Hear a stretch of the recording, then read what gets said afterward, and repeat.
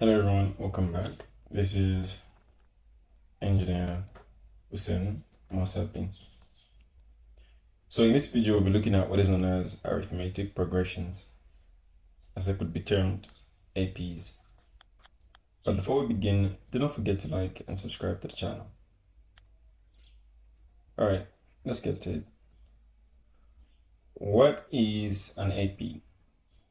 By definition, arithmetic progressions or an arithmetic progression is defined to say that it exists as a sequence of numbers such that the difference between every two terms is constant. This constant is defined as the common difference. So if you have a sequence of numbers, say you have 2, 4, 6, and 8. This is just a sequence. And a sequence, like we all know, is just basically a list of numbers, which follows a specific pattern, as you can see. But when it comes to an arithmetic progression, we're looking at the type of a sequence of numbers such that the difference between every two terms, you would have term 1, term 2, term 3, and term 4, such that the difference between two terms is constant. So if I had to find the difference here, and the difference between these two values and these other values, the difference here should be constant. And this is what we call an AP. The difference is regarded to be the common difference. And it's called common because the difference you find at T2 minus T1 should be equivalent to the difference you find at T3 minus T2, as well as T4 minus T3. And this might not make sense just by definition, so let's look at it. So let's understand how we can find this common difference D. So say you have a sequence with different terms. Let's say you have term 1, term 2, term 3, term 4, and it can keep on going just like that. These dots, just food for thought, are called ellipses.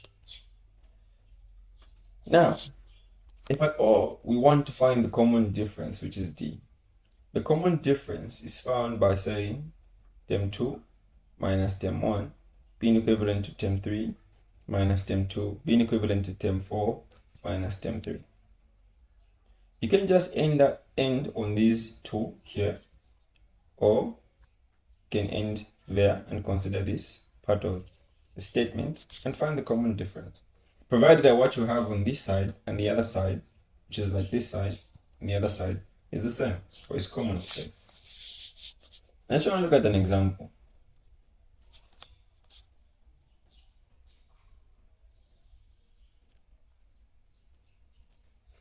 All right. For the following sequences,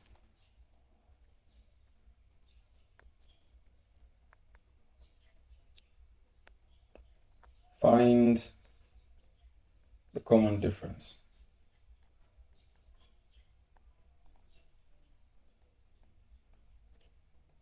Okay, so we're just going to pick some sequences, some random sequences. Let's say we have minus 4, minus 8, minus 12, minus 16, and it keeps on going just like that.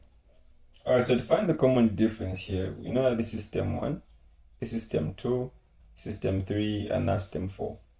So the common difference D can be found by saying term 2 minus term 1 being the same as term 3 minus term 2. So this is term 2, which is minus 8, minus term 1, which is minus 4. I'm putting the parentheses for accuracy. Then term 3, which is minus 12, minus term 2, which is minus 8. So minus 8, the negative by negative gives you a positive 4, being equal to minus 12. Negative by negative gives you a plus 8. So minus 8 plus 4 is minus 4. So minus 12 plus 8 is also minus 4. So the difference on the left is equal to the difference on the right. So the difference is common. Therefore, the common difference is negative 4. Others could also get a different pattern where they would say term 3 minus term 2 being equal to term 4 minus term 3, which is basically going to give you the same difference. All right, you can always pause the video in case you want to try out the question. So let's say we have this sequence. So we know this is term 1, this is term 2, this is term 3, and this is term 4. So to find the common difference t, we can say term 2 minus term 1 should be the same as term 3 minus term 2. If you want, you can extend it and say, okay, should also be the same as term 4 minus term 3. That's just if you want to show off. Well, you can just end here if you wanted to, but for the sake of explaining. So term 2, sorry, is 3 minus term 1, which is 1, is equal to term 3, which is 5, minus term 2, which is 3, being equal to term 4, which is 7, minus term 3, which is 5. So 3 minus 1 is 2. 5 minus 3 is also 2. 7 minus 5 is also 2. So the difference throughout is common. Therefore, the common difference t is basically 2. So that's how you go about finding the common difference. It's not really, I don't know, but with a little bit of practice, in case you find it a little bit hard to find it, you can always just keep on trying to solve some sequences, trying to find their differences, and you get a hang of it. All right, now, away from what a common difference is, we need to also understand some of the things that we might be asked to find under arithmetic progressions. So let us look at how to find what is known as the general term. The general term, other books would say the nth term. Others can ask you to look for the formula for the nth term. All these are possible statements they might use, but which mean one and the same. Or at times they could say find the expression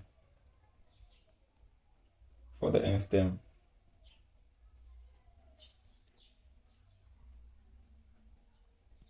This is one and the same thing.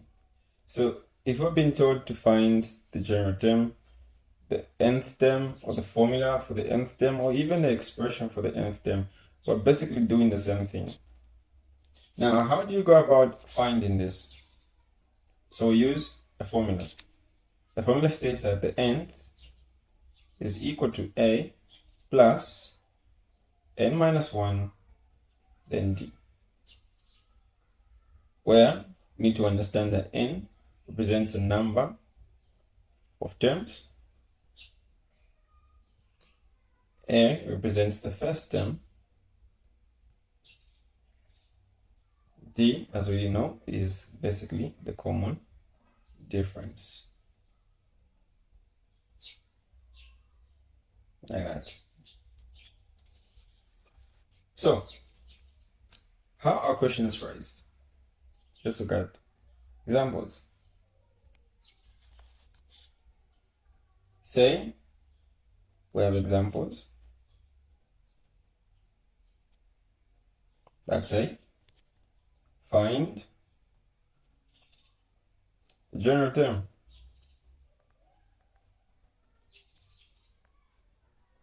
for the sequence. Say the sequence is having 2, 4, 6, 8. Now remember, the general term basically just implies that for any number of terms that are unknown, n is n. So if we have the formula nth being equal to a plus n minus 1, then d. If at all we had to collect data, n, which is the number of terms, for this will always be n. Whenever they ask you to find the general term, nth term, formula for the nth term, or the expression for the nth term, the n value will always be n. Then a is basically the first term, which is 2. Then d, we know is a common difference. So we say term 2 minus term 1 being equal to term 3 minus term 2. Then term 2 is 4 minus term 1, which is 2, being equal to term 3, which is 6, minus term 2, which is 4. 4 minus 2 is 2. 6 minus 4 is also 2. Therefore, we can conclude to say that d is 2. Now, going back to our formula here, we have nth. Remember, for n, we put n. The first term is 2 plus n is n minus 1. Common difference is 2. So this expands the other way, which is the opposite way. Now we did the plus expanding, but the 2 on the other side expands first. So you have the nth being equal to 2, then 2 times n will give you plus 2n. 2 times negative 1 will give you negative 2. So you have nth being equal to 2 minus 2 plus 2n. Therefore, nth is equal to 2n. Now, what does this tell you? This tells you to say that if I told you to find the, let me say the fifth term, all you have to do, okay, let me say I ask you to find the first term. Let's prove this. So n is a number of terms, isn't it? So if I say find the first term from the sequence we have here, I just want you to understand what this general term implies. So this is our sequence that we have here, star. So it means that if I say find the first term, n is 1 because it's the first. So the first term is 1. So if I put 1 where there's n, I have like 2 times 1, which will give me the first term, basically 2. If I say find the second term, which means n is 2, I'll put 2 wherever there's n, and I'll end up having what? 4. If I say find the third term, I'll put 3 there, multiply by 2, I'll get 6. You get the point. Fourth term, just like that. Now, these APs are there, or have been created in a sense that, let's say we're asked to find the 100th, let me say not the 100th, let's say the 50th term. So if I don't want to find the 50th term, this, the 50th term, I can't start keep on counting, or rather I can use the general term to find this particular term I'm interested in. Even if I was told to find the 80th term, I'll still do the same thing. I just use basically the general term there to find what I need. Because you can't keep on adding a difference to it, because the difference between two terms consecutively is just basically 2. So that's like the concept behind all these APs that we have. Now it's just a coincidence that we just end up having 2n. Sometimes it's more than just a 2n. So let's look at another question where it could be a bit different. Alright, so let's say we've been told to say find the nth term for the sequence. The sequence, let's say you have -1, -3, -5, ellipses. Alright, so let's say we want to find this. So we now use the formula nth is equal to a plus n-1, then d. You can always collect up the data and look for the nth, of which in this case n will always be n. A is the first term, which is -1, and d is a common difference for us at term 2 minus term 1 being equal to term 3 minus term 2. So the difference basically will just give me up at term 2 is -3 minus term 1, which is -1, being equal to term 3, which is -5 minus term 2, which is -3. So I have like -3 plus 1 being equal to -5 plus 3. Then I have -2 being equal to -2. So the difference here is -2. So I'm having the nth to be equal to -1 plus n-1, then -2. Then -2 multiplies that, so you have the nth being equal to -1, then -2 times n is -2n. -2 times -1, you get a +2. So like the nth being equal to 2 minus 1 minus 2n.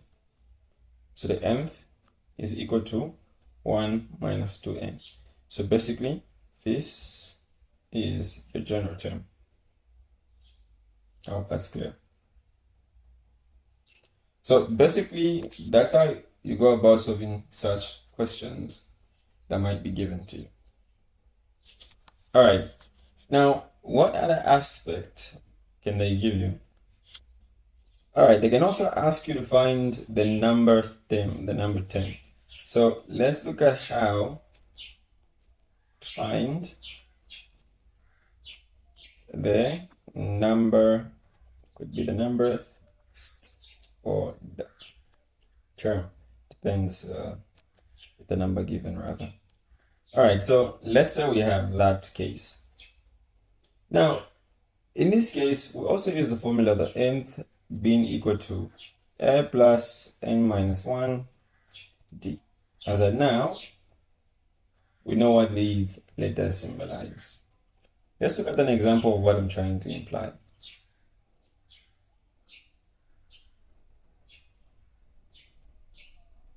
Let's say I've been given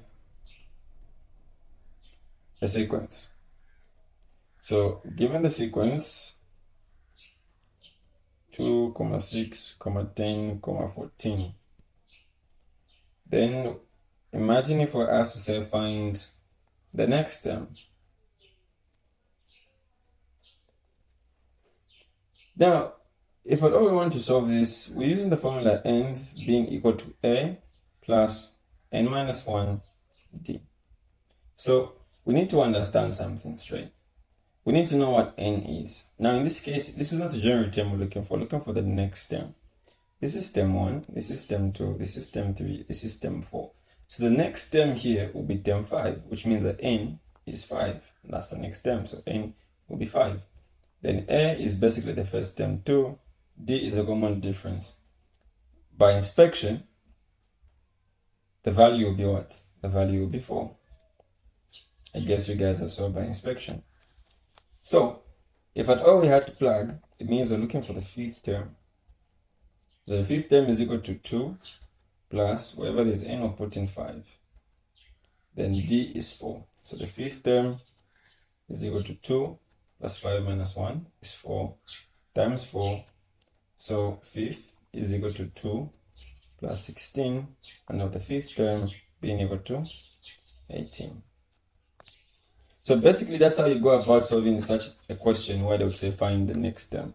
They mostly love asking such type of questions. All right, let's look at the last example. So for the sequence, okay, sorry about that. For the sequence,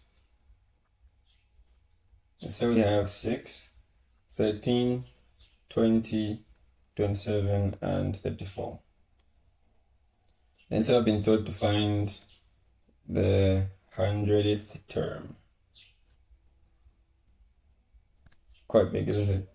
But anyway, there's nothing we cannot solve in math. So using the formula nth being equal to a plus n minus 1 d. So all we have to do is to collect up some data. So remember, the nth is the number of terms you're looking to find, which is the 100th term. So it's going to be 100. Then a is the first term, which is 6. D is a common difference, where I said term 2 minus term 1 being equal to term 3 minus term 2. Term 2 is 13 minus term 1, which is 6. Term 3 is 20 minus term 2, which is 13. So you get a difference here if we subtract 7, on the other side 7. So therefore we conclude to say the difference is basically 7. So looking for the 100th term, which is going to be equal to 6 plus 100 minus 1, then 7. So the 100th term is equal to 6 plus 100 minus 1 is 99 times 7. So the 100th term is equal to 6. Then if 7 multiplies 99, we'll basically get 693. So the 100th term is equal to 699. And that is our final answer. All right. This concludes the end of the first part of the arithmetic progressions. All right, if you have queries, you can always reach me up on WhatsApp on the line 077 149 5252. And remember, slow progress is better than no progress. And don't forget to strategize before becoming a statistic. Let's try and push for that A+.